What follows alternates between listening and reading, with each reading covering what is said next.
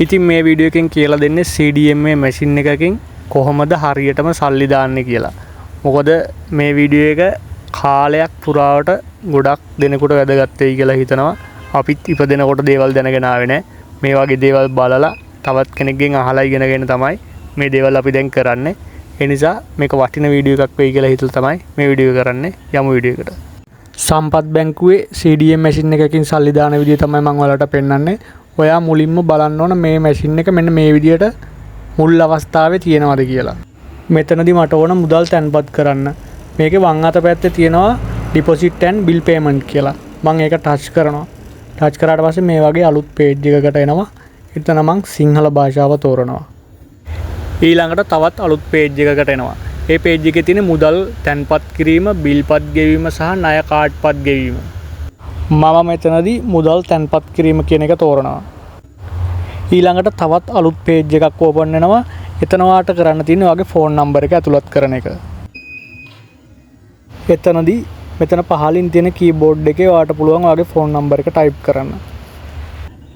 Phone number එක type කරගත්තට පස්සේ ඒ විදිහටම ඔයාගේ ඩෙන්ටිටි කාඩ් නම්බර් එක මෙතෙන්ට ටයිප් කරන්න එනවා. ඒකත් කලින් විදිහටම මෙතනින් ටයිප් කරගන්න තමයි තියෙන්නේ. ඩෙන්ටිටි නම්බර් එක ටයිප් කරලා ඉවර වෙලා මෙතන ඩෙන්ටිටියේ අවසානයේ තියෙන X ද V ද කියන එක ඇතුළත් කරන්න ඕන. ඊළඟට තවත් page එකක් ඕපන් වෙනවා. ඒකේ තියෙන්නේ ඔයාගේ සම්පත් බැංකුවට අදාළ ගිණුම් අංකය ඇතුළත් කරන එක. ගිණුම් අංකය ඇතුළත් කරාට පස්සේ තැන්පතු සටහන් කියලා page එකක් එනවා. මේකේ ඔයාගේ නම හරි මේ තැන්පතුව කරන්නේ මොකක් වෙනුවෙන්ද ඒ හේතුව ඔයාට මෙතන ටයිප් කරන්න පුළුවන්. එහෙම හේතුව ටයිප් කරගත්තට පස්සේ ඒක තහවුරු කිරීම කරන්න ඕන. ඊළඟට ඔයාගේ ගිණුමේ විස්තර ටික මෙන්න මේ විදිහට ඩිස්ප්ලේ එකේ පෙන්නනවා. ඔයාගේ ගිණුම් අංකය සහ නම තියෙන විදිය හරිද කියලා බලලා මෙන්න මේ පහලින් තියෙන ඔව් කියන එක දීලා තහවුරු කරන්න තමයි ඊළඟට තියෙන්නේ. ඊළඟට ආයෙ අලුත් page එකක් ඕපන් වෙනවා. ඒකේ පෙන්නනවා ඔයාට කොයි වගේ මුදල්ද මේකට දාන්න පුළුවන්, එකවර කොපමණ මුදල් ප්‍රමාණයක් මේකට දාන්න පුළුවන්ද, මොන නෝට්ටු වලින්ද පුළුවන් කියන එක තමයි මේකෙන් පොන්චි විස්තරයක් ඔයාට පෙන්වලා දෙනවා. ඊළඟ අවස්ථාවේදී මෙන්න මේ CDM යන්ත්‍රයේ මුදල් ඇතුළත් කරන්න තියෙන මෙන්න මෙතන පහළ කොටස ඕපන් වෙනවා. මේකෙදි හොඳට මතක තියාගන්න දුර්වර්ණ වෙච්ච පෑන්ගිරි වැදිනු, එතකොට මුදල් නෝට්ටු වල කෙලවරවල් නැමුණු මුදල් නෝට්ටු ප්‍රතික්ෂේප වෙනවා මේ අවස්ථාවේදී බොහෝ දුරට.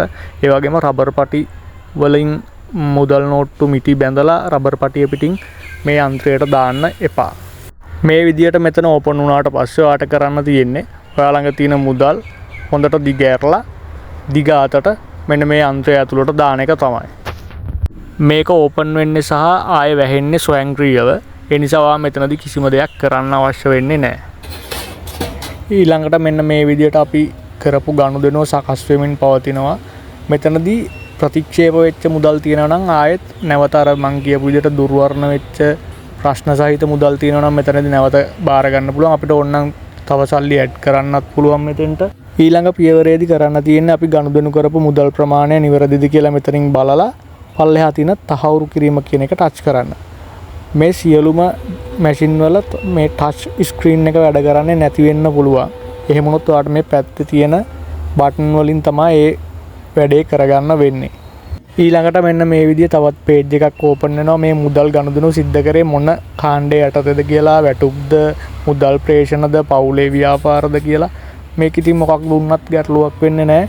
මේ ගනුදෙනු සාර්ථකව සිද්ධ කරගන්න පුළුවන්.